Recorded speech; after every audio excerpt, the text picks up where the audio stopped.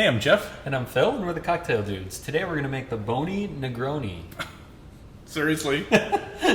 What is it with us, Phil? It's fun to say, Bony Negroni. Yeah, well, like the Spumoni Negroni that we created also, it's kind of a fun rhyme that came before the actual cocktail, right? Right. Yeah. So we had this idea because eating roasted bone marrow is sort of like a fancy thing to do, right? Mm-hmm.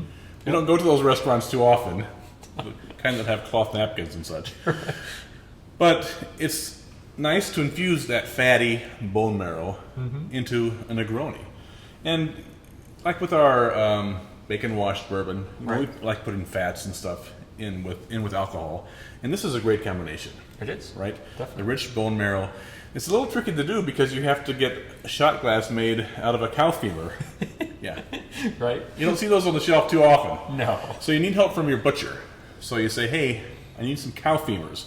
And usually they get cow femurs that have the ends cut off. Mm-hmm. They call them the knuckles. But you want the whole cow femur. It's about this big, right? Yep. And then you want to have him cut the shaft about 2.5 inches above the knuckle. Just cut it off flat there. And that gives you the top of your shot glass.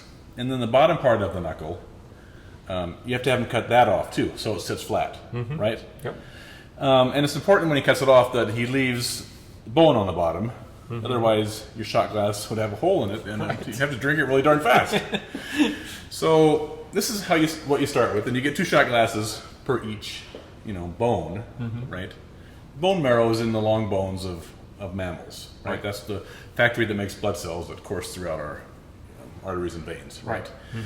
It's very rich and delicious when it's roasted. Yes. So we start by roasting that.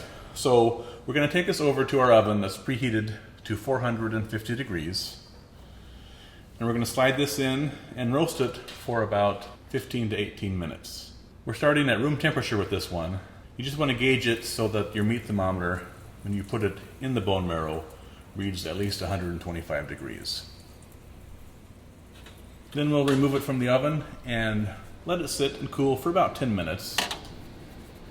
Then we'll take a spoon and scoop out the bone marrow and put it into a little bowl.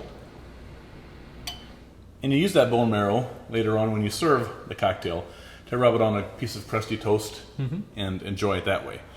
So you get 2 of these per bone, and the butcher charged us about $2.50 per shot glass. So it's kind of a cheap cut of meat, right? They usually just use it for stock. So it's not expensive, it's just kind of complicated to get.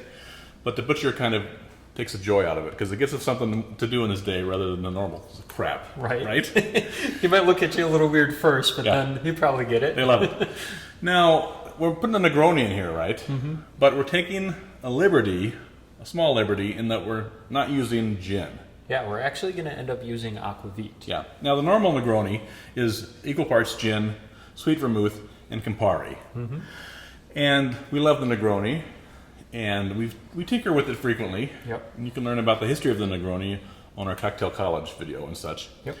But the caraway heavy Aquavit goes better with the oiliness of the bone marrow, we think. So we're going to use that. We have used some of our infused gins. We have one here infused with chives. This one has the garlic scape in it. And then this one here has oregano. And we have a Smalls gin here around here somewhere we couldn't find that has thyme in it. Those all work well because you want a little vegetaliness to this cocktail. So you can do that if you want to be a stickler about it being a gin Negroni. Right. But Aquavit, essentially it's made like a gin, but instead of infusing it with the juniper berries and stuff that a gin would have, it's more of the caraway, cardamom, anise, fennel, stuff like that. All right?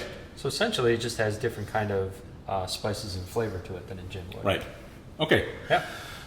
So it's still a little warm, so the oil in there is warm. So we're not going to put a chilled cocktail in there because that would make the fat solidify. Right. And you want to sort of keep it liquidy. So we're doing 1 ounce of Aquavit, and we're just going to pour this all right into our little mixing beaker, followed by 1 ounce of sweet vermouth.